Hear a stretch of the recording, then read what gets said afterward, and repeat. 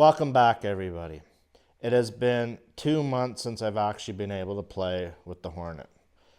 In the 2 months' time, I did rip off the passenger right door so I could see how it came apart, so I could show you guys and actually record it. In the time being, I found out that the cross bolts are actually a number 4 Phillips cross. Not a number 3, not a number 2, a number 4. By time I was able to order parts up from the United States, because no one in Canada had a number 4 or never heard of a number 4 Phillips, took basically over a month. And during that time period, Canada Post had their, I call it rolling blackout, but they had their strike that they were threatening to do, and they were refusing to work more hours than necessary. You get the gist, it takes a while. Past the point here, we're now up to present day. We're going to try ripping off the door here.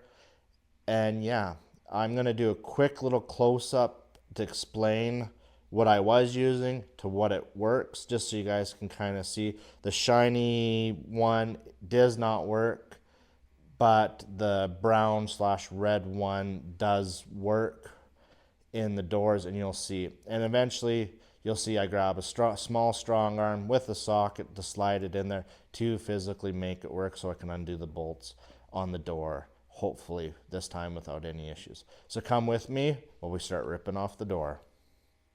So guys, this is what we're going to use to rip off the door. This is the piece that kept breaking with the bit in there. It's a silver bit. It's actually designed for low torque, not high torque situations, and it kept breaking the heads off. This is what we ordered in, and you can see how much more beefier it is. So yeah. Anyhow, because this piece will not push into the silver socket piece, I had to come up with an idea, and we take a small strong arm with the socket size, I think this is 5/16, slide it in there, and that's how we're going to get the door off. So guys, the first thing we're going to do is we're going to have to remove a pin. Now, this pin here kind of stumped me for a little bit until one day I was playing with it and I was able to wiggle it up and down enough to be able to get this pin out here where I'm pointing at. So, I'm going to take a small punch. Gotta remember which punch I used. Put it on the bottom, and yes, I am right-handed, so this is somewhat entertaining. And there you go, just a small little pin, and now you can open the door more. Okay, now that the pin's out of the way, we can start removing all 4 of the top bolts and all 4 of the bottom bolts. So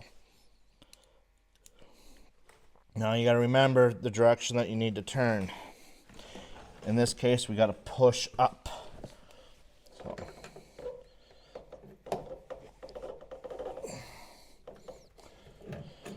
Now some of these are a little loose and some of these are super tight.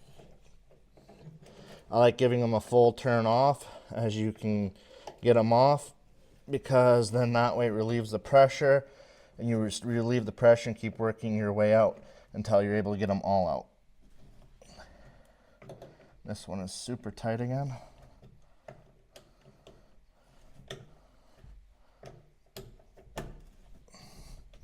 Just gonna go a few extra turns on this until it gets easier. It could be filled with garbage on the thread side of the fence, but I can't get to the threads right now.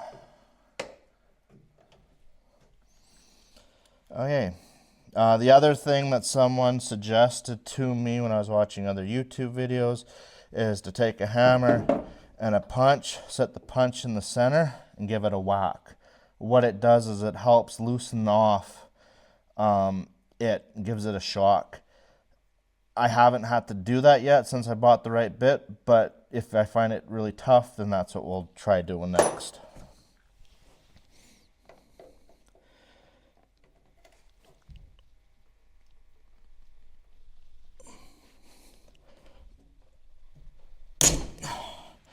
You see what I mean by how Stiff it is.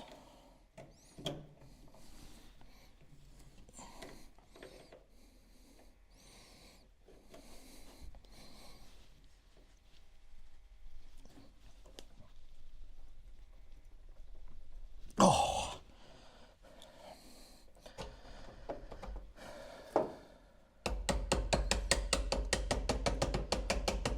I just don't want my hand to ram into that.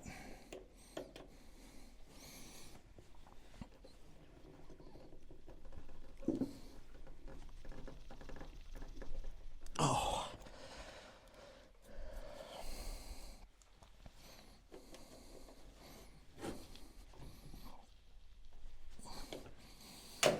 Okay, that one's really stiff. We're going to try taking a punch and hammering it on it.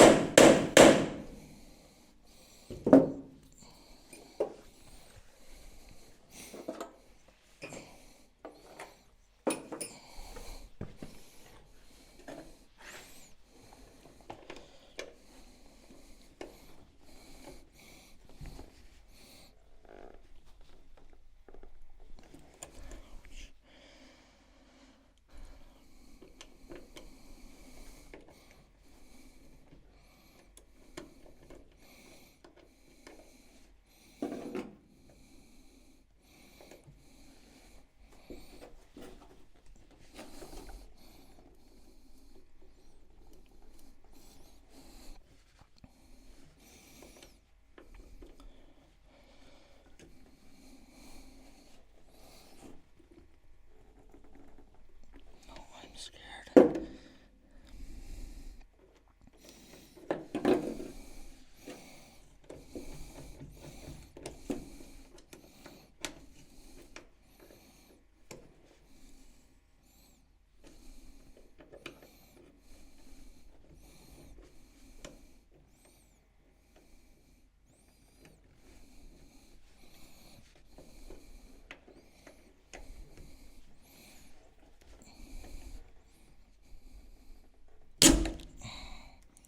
That hurt.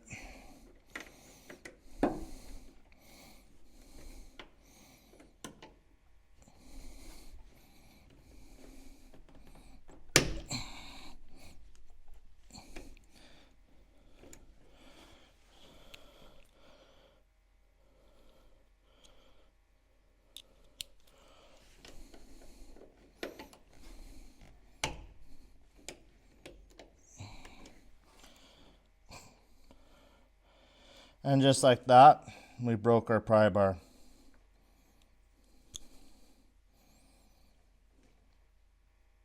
You know they're tight when they do that. So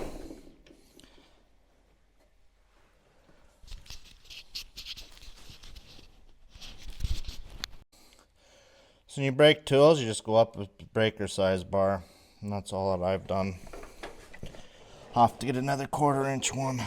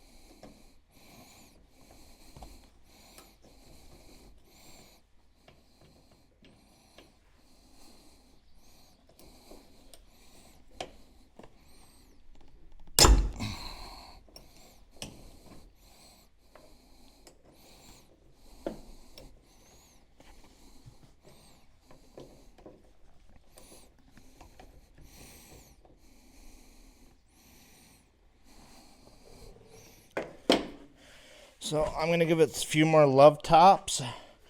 And then if not, I'm going to put some heat on the head. Maybe that might be enough to loosen off the rust that's behind it.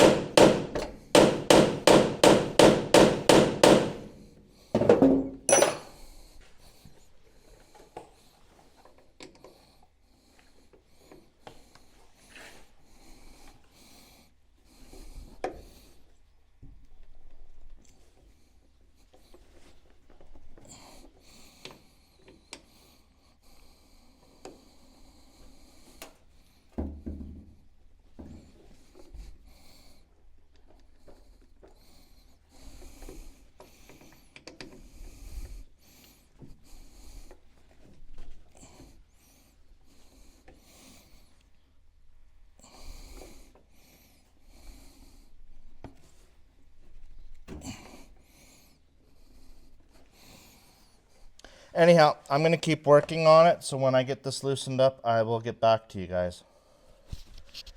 So that took about 45 minutes to weld a nut on. I kept breaking it for whatever reason, and then I blew the breaker in the garage, which happens. Okay, so let's finish removing the door. I'm going to do all these except for one, and then I'm going to put my chair underneath the door, the one that I'm sitting on right now that you've seen in the beginning of the video. And you can kind of see that's what happens. We got to weld them. Anyhow. And yes, I did remove the trim on the inside here to try to make sure I wasn't going to hurt anything or melt anything. There's some wires behind there. Good thing I did. And this way I was able to open it up.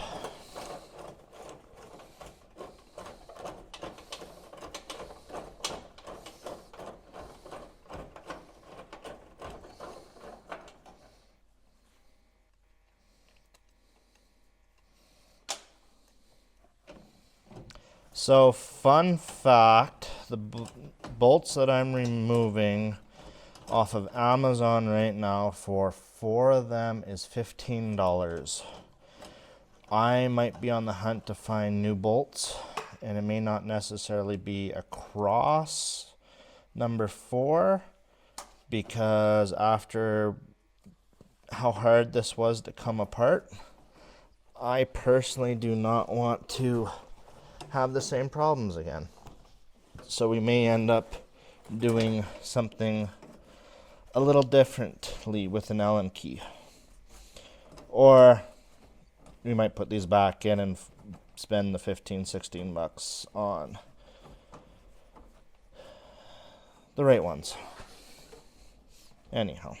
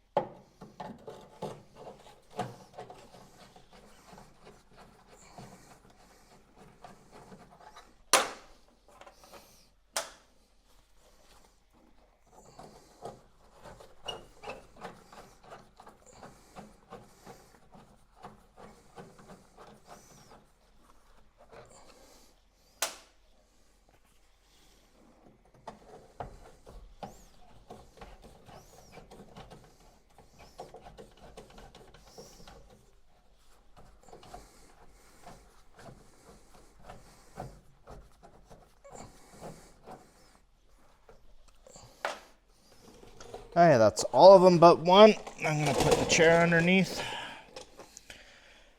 just in case. I also have the window open. I'm going to put my shoulder into it.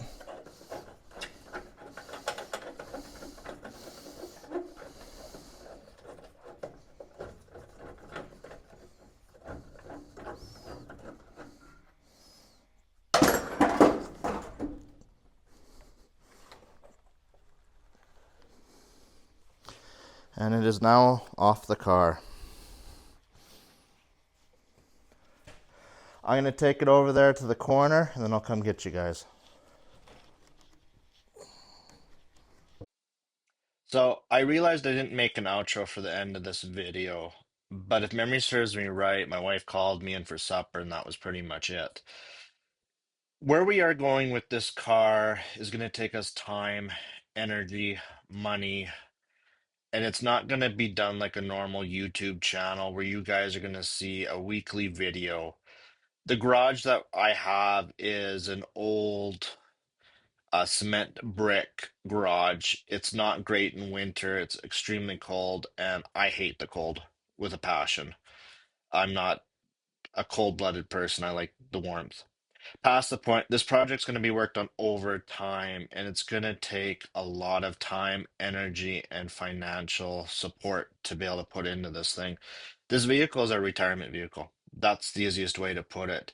And this is a project that I can work on by myself if I choose to, or the wife and the kids can also join in, which she will join in. She's just, as of this point in time, there's just lots of stuff going on this summer between her work and dealing with the kids and all that fun stuff. So, without further ado, until next time, thanks so much for watching. Please subscribe. Please help me get this channel up and off of the ground so that we can keep putting money in towards rebuilding this vehicle and try to bring it all back to 100% stock.